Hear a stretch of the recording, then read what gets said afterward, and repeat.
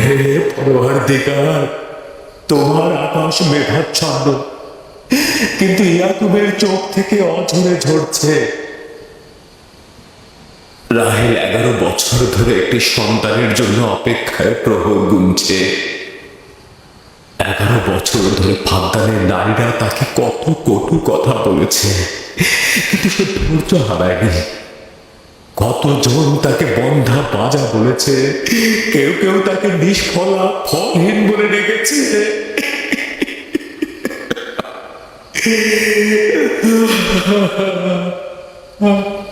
হে মহান ধর্মগুরু, আমাকে ক্ষমা করুন।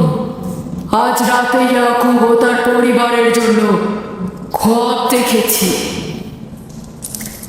আমাকে একাকী থাকতে দিন।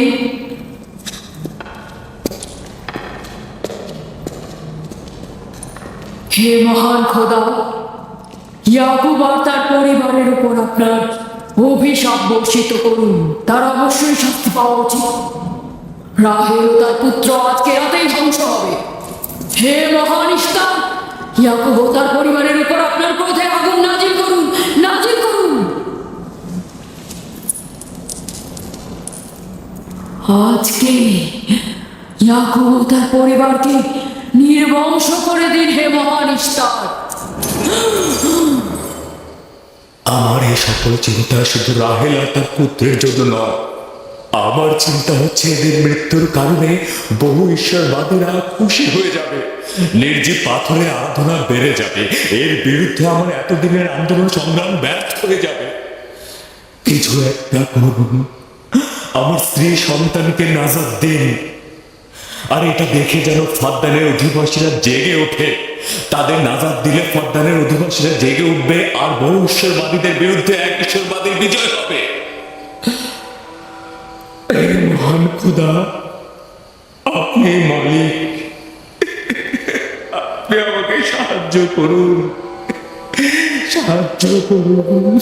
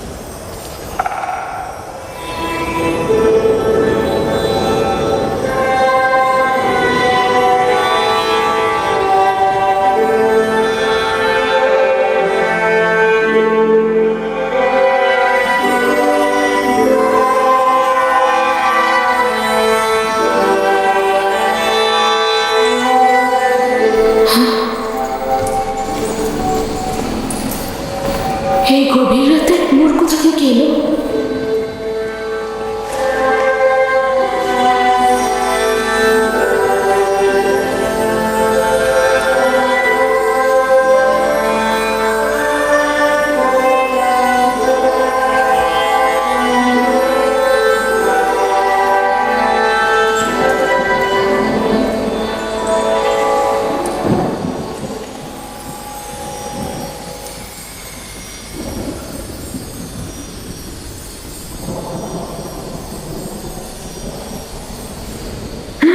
রাহেলের হুঁশ ফিরেছে।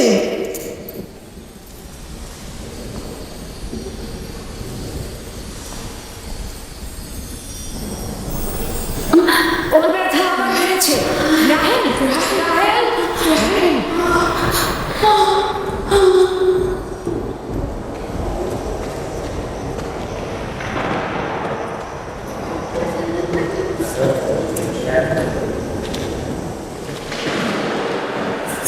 মনে হচ্ছে আজকে রাতে বৃষ্টি হবে।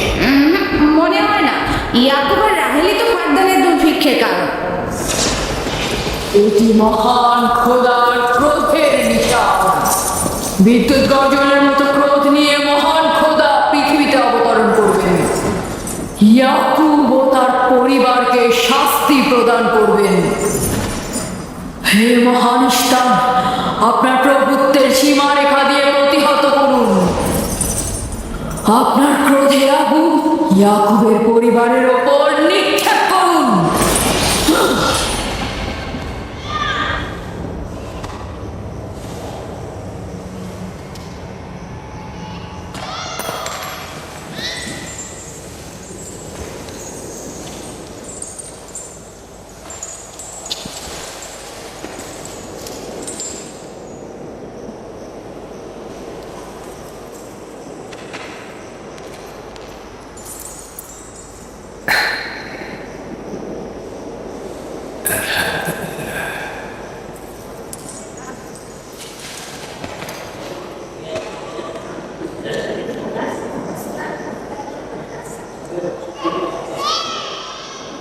তার মানে রাহেলের সন্তান সুস্থভাবে পৃথিবীতে জন্মালো। তাহলে ইস্তারের জাদু, ইস্তারের কথা কি মিথ্যে হলো?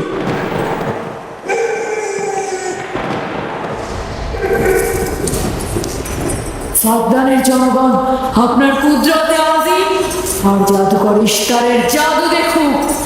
হে মহান ইস্তার, আমাদের আনন্দিত করুন, যাতে সাবধানের জনগণ ইয়াকুবের খোদার দুর্বলতা দেখতে পায়। হে মহান ইস্তার, আপনার ক্রোধে আগুন জ্বালিয়ে দিন।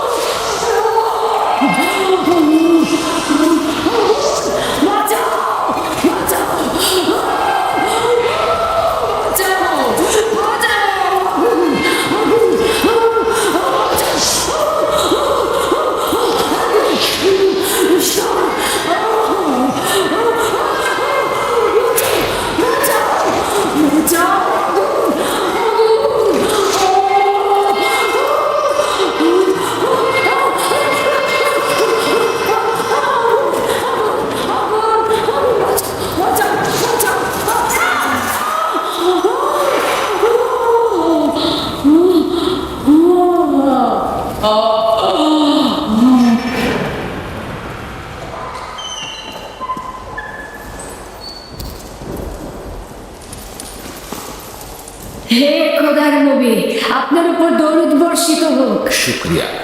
খোদা তাআলার রহমত সবার উপরে বর্ষিত হোক। মোবারক নতুন মানুষের আগমন। মোবারক হোক।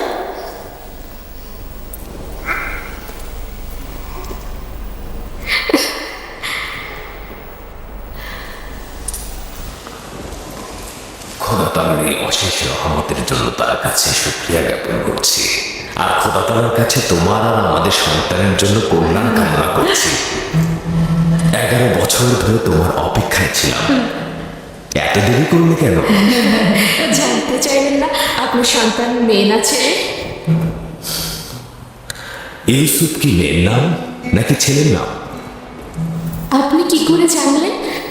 কে আপনাকে বলেছে? তিনি, যিনি কিছুক্ষণ আগে আমাকে এই আগমনের সুসংবাদটা দিয়েছেন।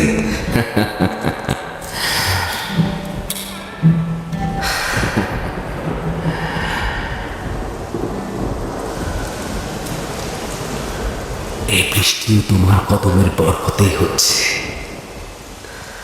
খোশামদিদ।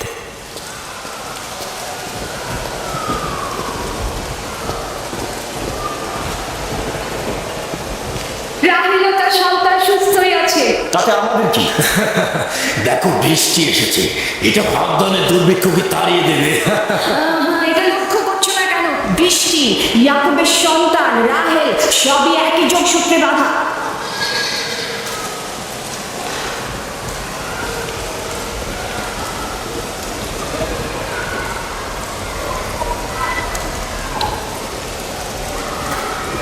তার মানে রাহেল তার সন্তান রহমত স্বরূপ এসেছে। হ্যাঁ, বুঝতে পারছো না? এর জন্যই তো রহমতের বৃষ্টি হচ্ছে।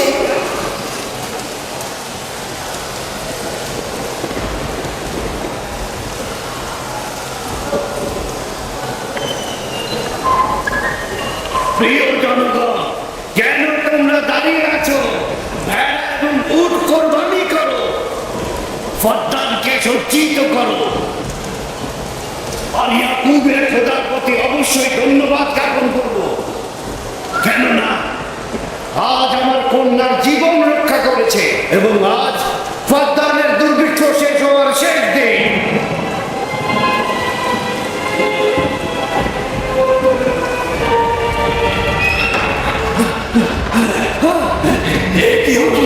আগুন কিভাবে রাখলো? আগুন লেগেছে। মিস্টার পড়ে যাচ্ছে। যাবেন না ওখানে। যাবেন না ওখানে। আগুন লেগে যাবে। আগুন লেগে যাবে।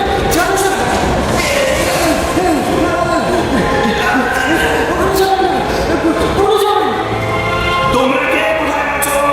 আগুন লেগেছে, ইস্টার পুড়ে যাচ্ছে। ইস্তারের মন্দিরে আগুন লেগেছে। আগুন লেগেছে। দেখুন ইস্তারের মন্দিরে আগুন লেগেছে, দেখুন। কি বললে? কি হয়েছে? ইস্তারের মন্দিরে আগুন লেগেছে, সব পুড়ে যাচ্ছে।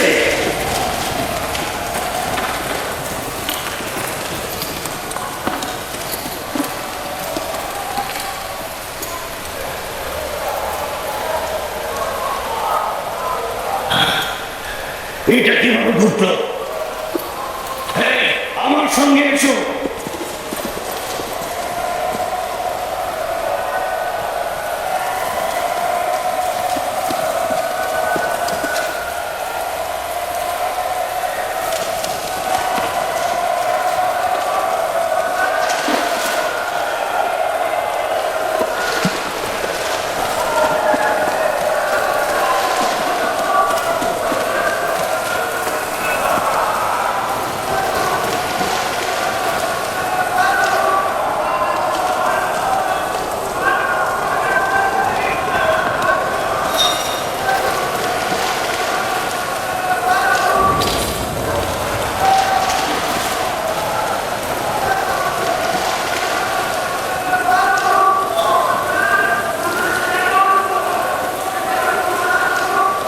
বৃষ্টিতে সবকিছু ধৌত বলে আগুন নিভিয়ে দেয়, তাহলে মন্দিরের আগুন কেন নিচ্ছে না?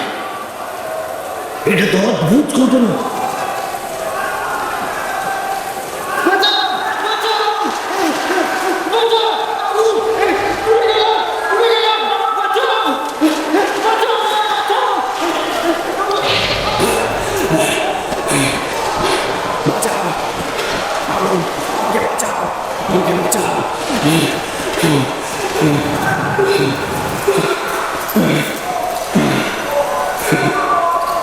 ধর্মগুরু, ইসলাম জাদু কি হলো?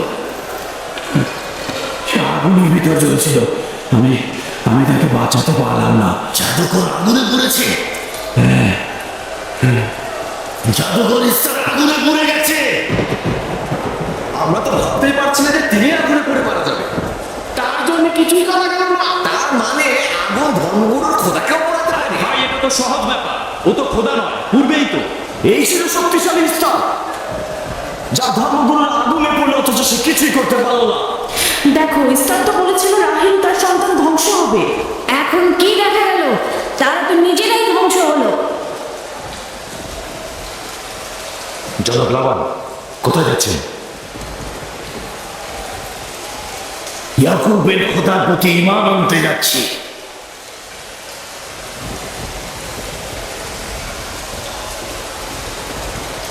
এখন কি হলো ধর্মগুরু?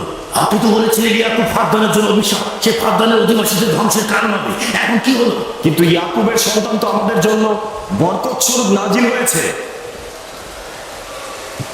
চলো চলো, সবাই চলো। তোমরা সবাই কোথায় যাচ্ছ? মন্দির আগুনে পড়ছে আর তোমরা সবাই চলে যাচ্ছ। ফিরে এসো, তোমরা ফিরে এসো। তোমরা যেও না, ফিরে এসো, ইস্তারের খোদা রাগান্বিত হবে। তোমরা ফিরে এসো, ইস্তারের খোদা নাজাত দেবে। এ আগুন থাকবে না, নিভে যাবে। ফিরে এসো, ধর্মগুরু আগুনে পড়ছে, তোমরা তাকে ফেলে যেও না। তোমরা ফিরে এসো, ইস্তারের খোদা রাগান্বিত হবে। তোমরা ফিরে এসো।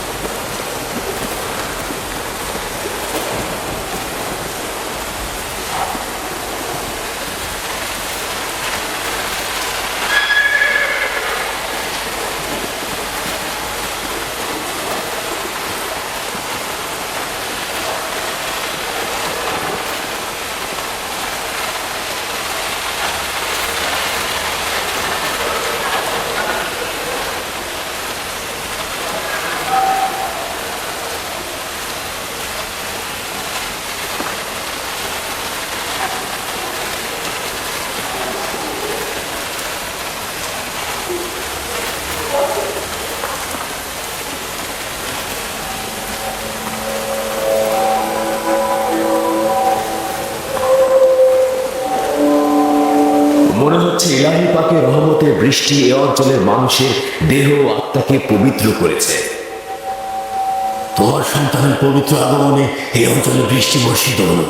তোমার সন্তানকে আমাদের দেখাও।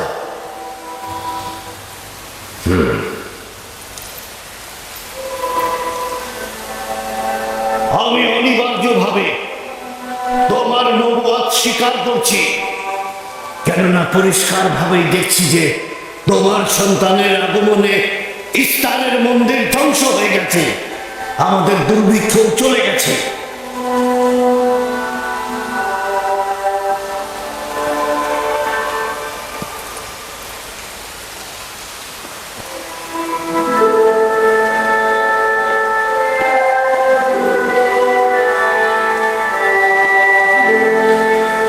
ইউসুফের কদম মোবারক। কিন্তু যিনি ওই ইস্তার মন্দির ধ্বংস করেছেন এবং ফাদ্দানে বৃষ্টি বর্ষণ করেছেন, তিনি আমার খোদা, তিনি এক এবং অদ্বিতীয়। তোমরা কি চাও না তাকে দেখতে? আমি এবং আমার স্ত্রী আপনার খোদাকে দেখেছি।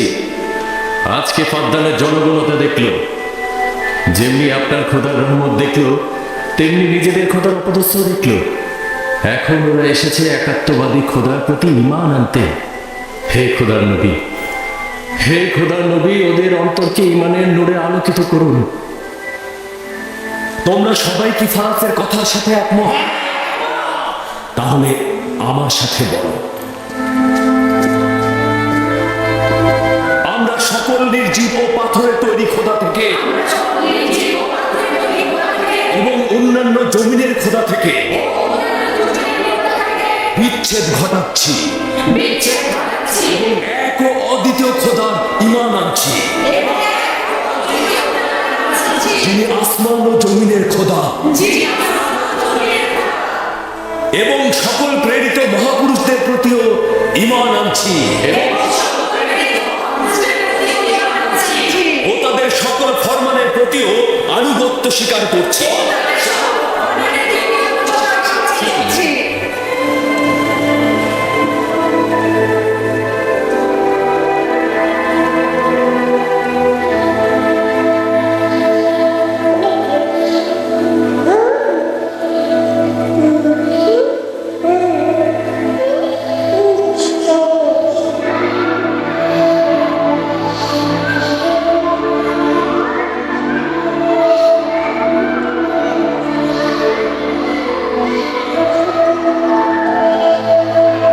ইশতার জিবরাতের ওপর খোদার গজব নাজিল হওয়ার 5 বছর অতিক্রান্ত হল এবং এই 5 বছরে একাত্মবাদী খোদার নিয়ামক ফাদ্দানে বিস্তৃতি লাভ করল। ইয়াকুব নবীর প্রিয় সহধর্মিণী এবং ইউসুফের মাতা রাহেল আবারও মা হতে চলেছেন। ইউসুফ, জি আম্মাজান। আজ তুমি তোমার পিতার সাথে মরুভূমিতে যাবে। ঠিক আছে আম্মাজান, আপনি যা বলবেন তাই হবে। এই যে নিন।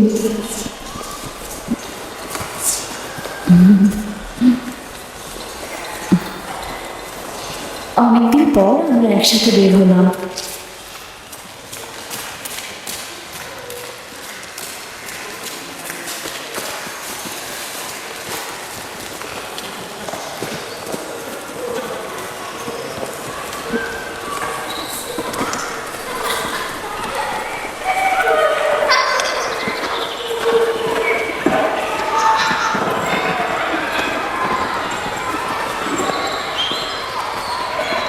রাহেলের যখন সন্তান ছিল না তখনও সে ইয়াকুবের প্রিয়তম ছিল, আর এখন তো কথাই নেই। আমি আর সুলফা তো ইয়াকুব নামে বিনোদন সঙ্গী হওয়ার যোগ্যতাই রাখি না। তোমার মা লিয়া তো পারে, তাকে নিয়ে যায় না কেন? সম্ভবত হাতে কাজ আছে, আর তিনি মরুভূমিতে বিনোদন করার মতন আগ্রহী নন। সম্ভবত। আমার তো মনে হয় তোমার পিতা রাহেল ছাড়া কাউকে ভালোই বাসে না।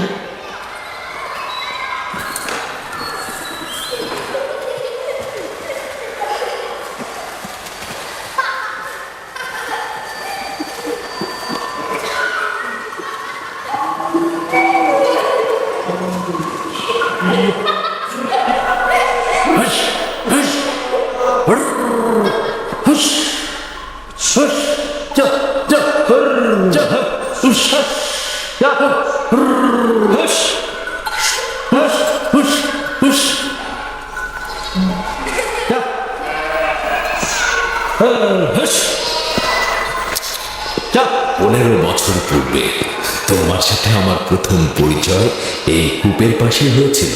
আমি ওই দিনই জেনেছিলাম আপনি আমার ফুফাতো ভাই। আমি ওই দিন বুঝেছিলাম তুমি আমার মামাতো বোন। সেদিন থেকে এই ভালো লাগা শুরু। পিতা ইসহাক ও মাতা রোৎকা মনে হয় আমাকে তোমার কাছে হেদায়েতের জন্য পাঠিয়েছিল। চলো চলো, বাচ্চারা সবাই এগিয়ে গেছে। হ্যাঁ হ্যাঁ চলুন।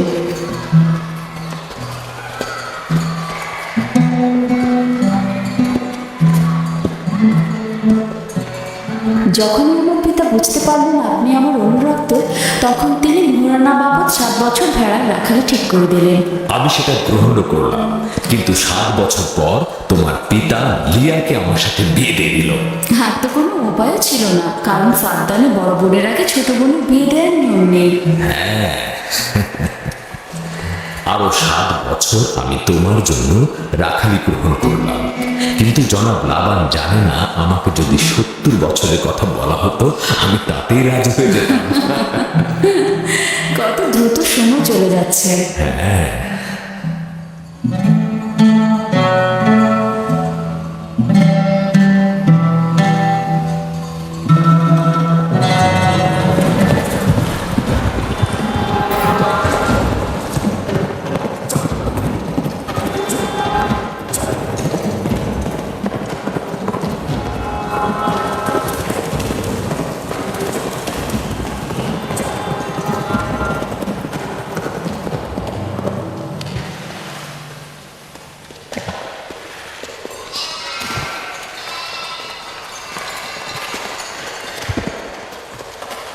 কেন জানি না আমার জন্মস্থান ক্যানানের কথা খুব মনে পড়ছে।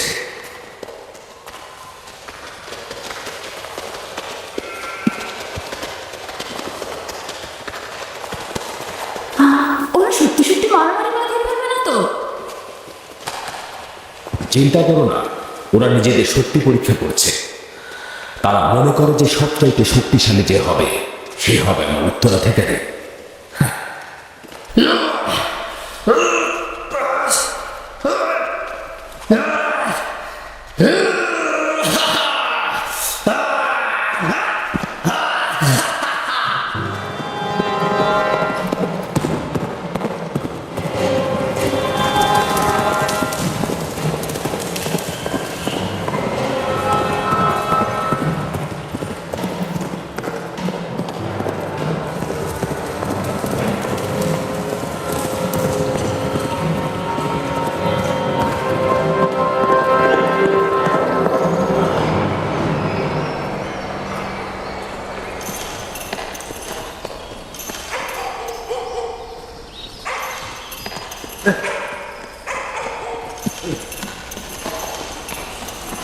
সালাম, ইয়াকুব নবীকে চেনেন? পয়গম্বর ইসহাকের পুত্র সে, চিনব না কেন? তিনি এবং তার সন্তান তো ফাদ্দানের কল্যাণের প্রতীক। আচ্ছা, এখন তাকে কোথায় পাওয়া যাবে? তার মামা এখানকার গভর্নর, তার কাছে যাও।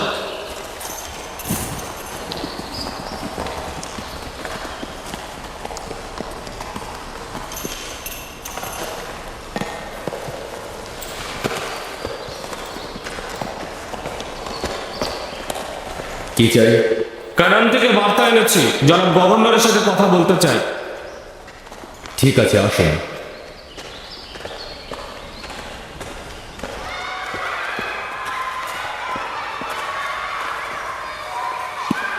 বিনেজা জি, এদিকে এসো তো আমার মা। তুমি ইউসুফকে নিয়ে একটু খেলো, আমি তোমার মাকে সাহায্য করি। ঠিক আছে।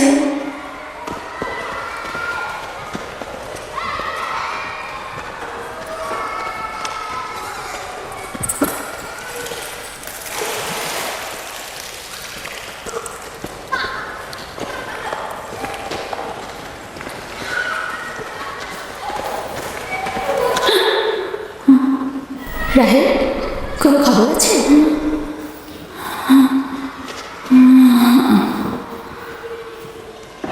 মোবারকবাদ। খোদার নবী খবর জানেন?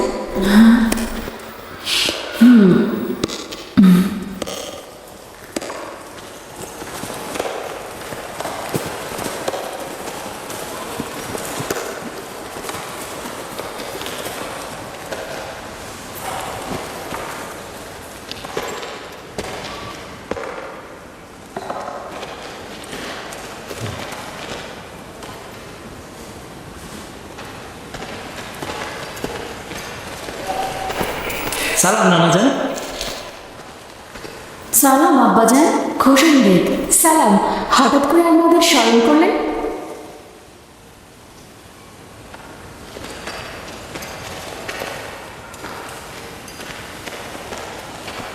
কি হয়েছে আব্বাজান?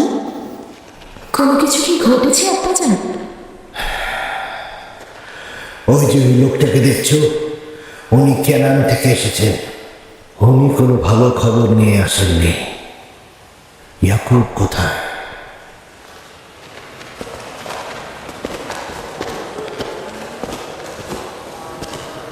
বাবা, আমার প্রিয় মামা লাবান, কি খবর? পথ ভুল করে আসেনি তো? যদিও জানি যে খবরটা ঠিক, তো কিন্তু এটাই নিয়তি।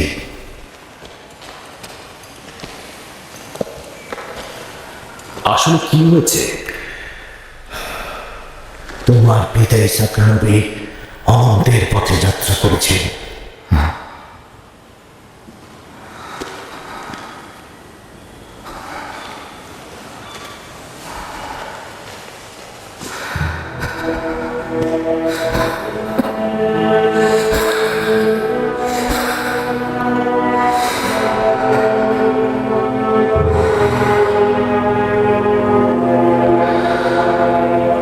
সকল খবর তার থেকে আসে, আবার তার কাছে ফিরে যায়।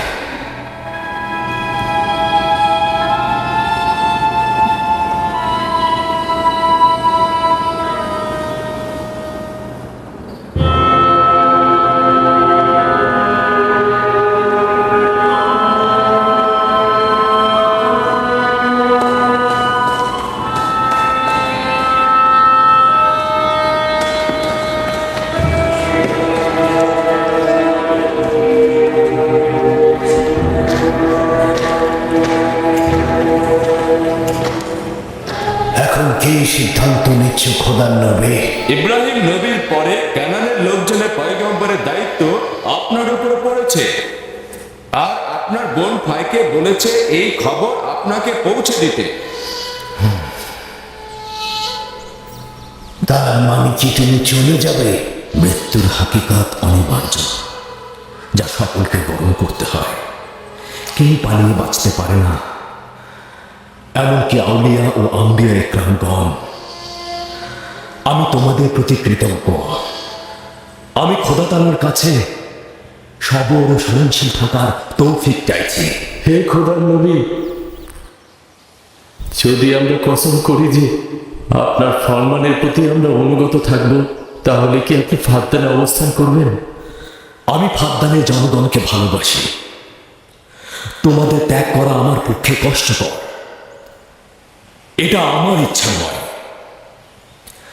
আমি আমার নিজের ইচ্ছাতে যাচ্ছি না যে আমি নিজের ইচ্ছাতে থাকব।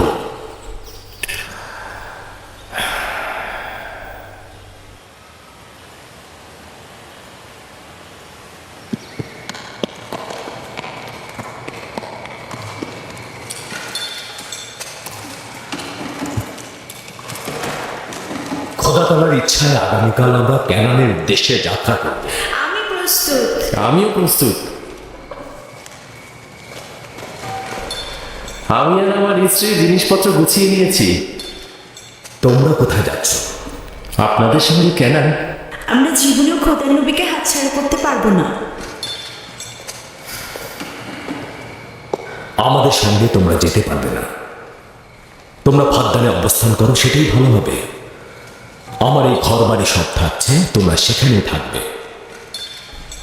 কিন্তু আমি তো আপনার কাছে ঋণী হয়ে আছি জনাব। আমরা আপনার কাছে প্রতিজ্ঞা করছি, আমরা সারা জীবন আপনার খেদমত করব। আত্মীয় স্বজনদের এখানে তোমাকে দরকার হবে। এটা তোমার মাতৃভূমি, আর আমার সাথে তোমাদের কোনো সম্পর্ক নেই। উত্তম হবে তোমরা এখানে থাকো।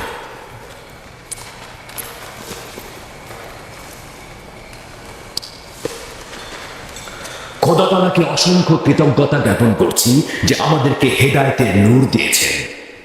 আমি তোমাদের হাসি, আনন্দ, দুঃখ, বেদনার বছরের পর বছর শরীক ছিলাম। তোমরা একদা নির্জীব পাথরের পূজারী ছিলে। খোদা তাআলা একত্ববাদের নূর তোমাদের কলবে ঢেলে দিয়েছেন। তোমরা সেই সকল নির্জীব পাথরগুলোকে দূরে নিক্ষেপ করেছো আর একাত্মবাদী খোদার দিকে ধাবিত হয়েছো। ইমানের মর্যাদা ও ইলাহির দাওয়াতের মর্ম বুঝবে। এমন যেন না হয় কুফরি আর জাহিলিপনাকে ইমানের জায়গায় স্থান দিয়েছো। ইয়াকুব থাকুক আর না থাকুক, তোমাদের চিন্তাধারা আর কার্যকলাপের মধ্যে সব সময় এক খোদায় বিশ্বাস অটুট রাখবে।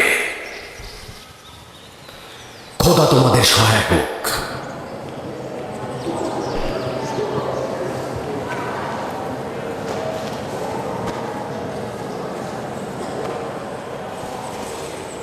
তুমি বছরের পর বছর আমার হয়ে রাখালি করেছ, কোনো উপহার গ্রহণ করনি। তোমার নিজের সম্পদ বলতে কিছুই নেই। আমার অর্ধেক ভেড়ার পাল তোমাকে আর আমার কন্যাকে উপহার দিচ্ছি। আশা করছি এই সম্পদ তোমার কাজে লাগবে। শুকরিয়া জ্ঞাপন করছি। খোদা আপনাকে অনেক বেশি কল্যাণ আর বরকত দান করুক। শুক্রিয়া আব্বাজান। শুকরিয়া। সত্যি বলছেন আব্বাজান? এটা তো ইয়াকুবের হক। এটা বছরের পর বছর কষ্ট বহন করার উপযুক্ত মর্যাদা। খোদা হাফেজ ইয়াকুব নবী।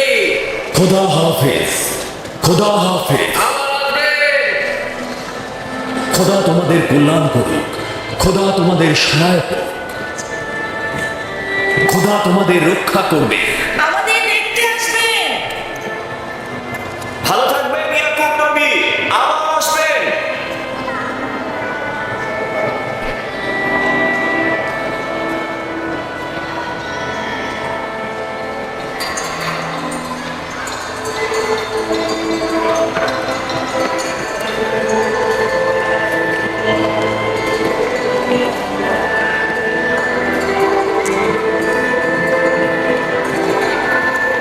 খোদা তাআলা তোমাদের রক্ষা করবে। তোমরা অবশ্যই কেননে আমাকে দেখতে আসবে। খোদা হাফেজ।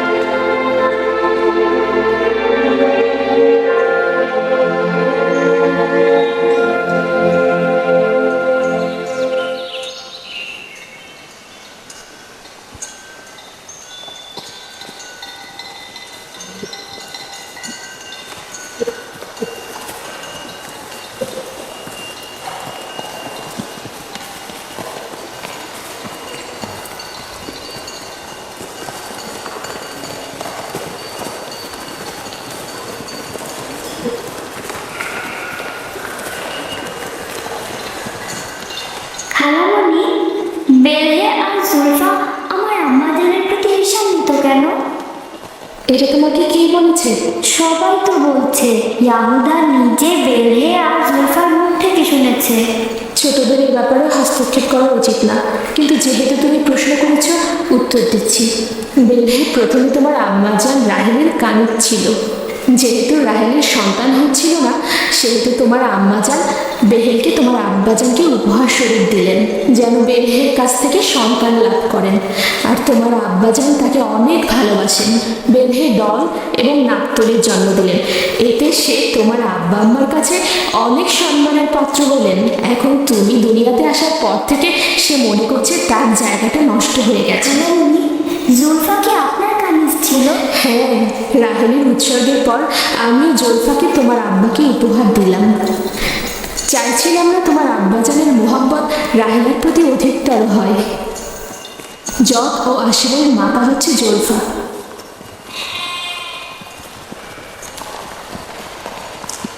লাবি, শামুন, কেন শামুক গতিতে চলছো? ভেড়াগুলো সব ছড়িয়ে ছিটিয়ে গেছে, একত্রিত করো।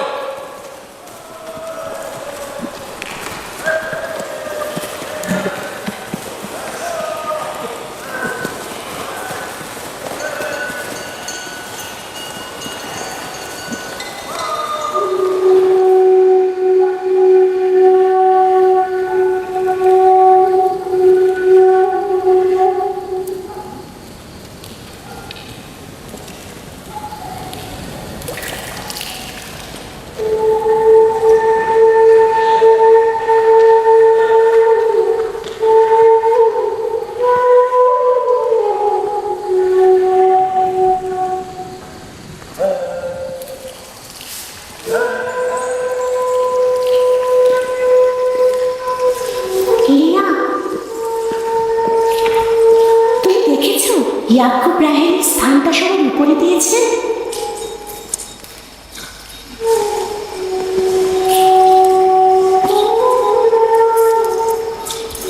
আমার বোনের সাথে আমার কোনো ঈশ্বর সম্পর্ক নেই। যেহেতু তার সন্তান সংখ্যা আমার চেয়ে কম, তো ইয়াকুবের ভালোবাসাও তার প্রতি আমার চেয়ে কম। তাহলে কেন ঈশ্বর কথা আসছে?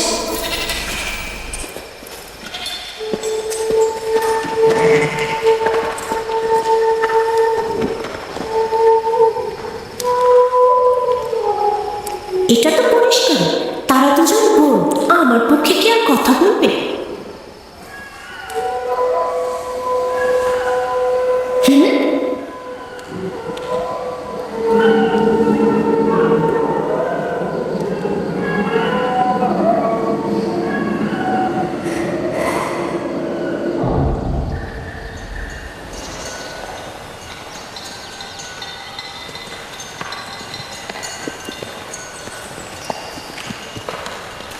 মনে হচ্ছে আমি একটু বেশি ঘুরে যাচ্ছি। রাস্তার খুব একটা বেশি বাকি নেই। যাযাবর জীবনের গলিপথগুলো ঠিক এমনই, সফরের সাথে সাথে জীবনটাও এভাবেই চলে।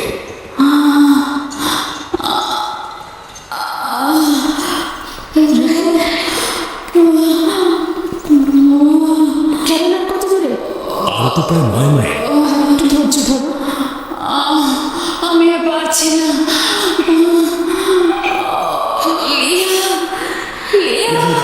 লাবি, শামুন, এখানে তাঁবু ফেলো, আমরা এখানে অবস্থান করব। কেন কি এখান থেকে অনেক দূরে? নীলা, দ্রুত কেন যাও, আমার বোন সহ একজন ভাতৃ নিয়ে এসো, দ্রুত যাও। জি জনাব। চিন্তা করবেন না, আমি দ্রুতই ফিরবো।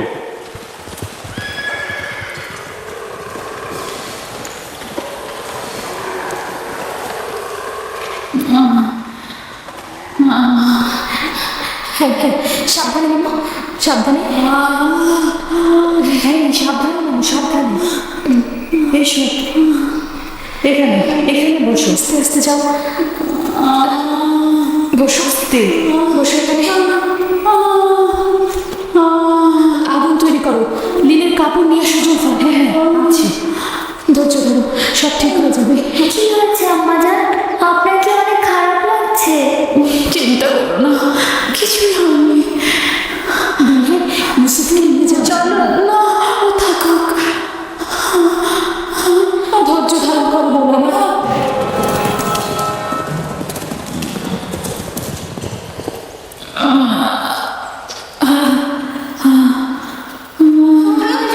আম্মাজান কি হয়েছে? আম্মাজান আমাকে ছেড়ে দাও, আমাকে ছেড়ে দাও। আম্মাজান, আম্মাজান, আম্মাজান কি হয়েছে? ইউসুফকে সামনে রেখে এসো। ইউসুফ, ইসু, তুমি বাবা আমার সাথে চলো, আমার সাথে এসো। আম্মাজানের কি হয়েছে? কিছু হয়নি আমার পুত্র। ইউসুফ, তুমি ওখানে যেও না। আব্বাজান, আমার আম্মাজানের জন্য ভয় লাগছে। ভয় লাগার মতো কিছুই হয়নি, আমি তো আছি। শান্ত হ বেটা, শান্ত হ।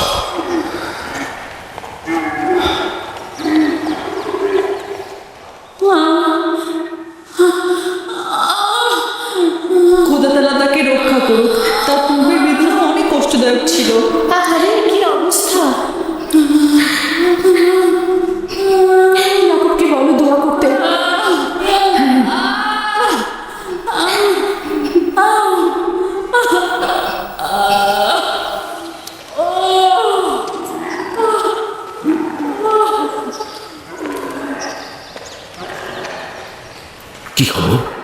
রাহেলের অবস্থা কেমন? এখনো কোনো খবর নেই। লিয়া বলেছে আপনাকে তার জন্য দোয়া করতে। তার অবস্থা একেবারেই অনুকূলে নয়। আমাদের আরো কিছুক্ষণ সবুর করতে হবে। ধাত্রী পথে আছে, যাও তার দিকে লক্ষ্য রাখো। আব্বাজান আম্মাজান কি আমাদের ছেড়ে চলে যাচ্ছে? তোমাকে কে বলেছে এগুলো?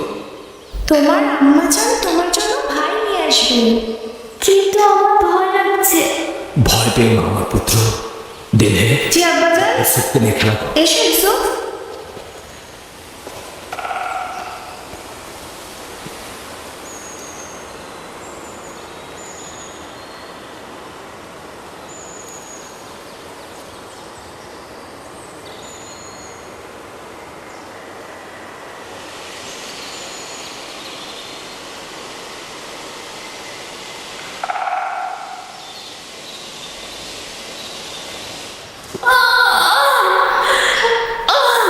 যদি রাহেলের পূর্বের মতো অবস্থা হয়, খোদা তাআলা তাকে রহমত করবেন।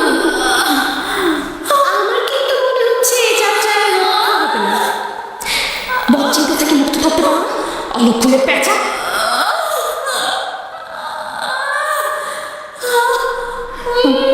রাহেল, একটু ধৈর্য ধরো রাহেল, একটু সবুর করো। ধাত্রী পথে আছে, কেন তো বেশি দূরে নয়।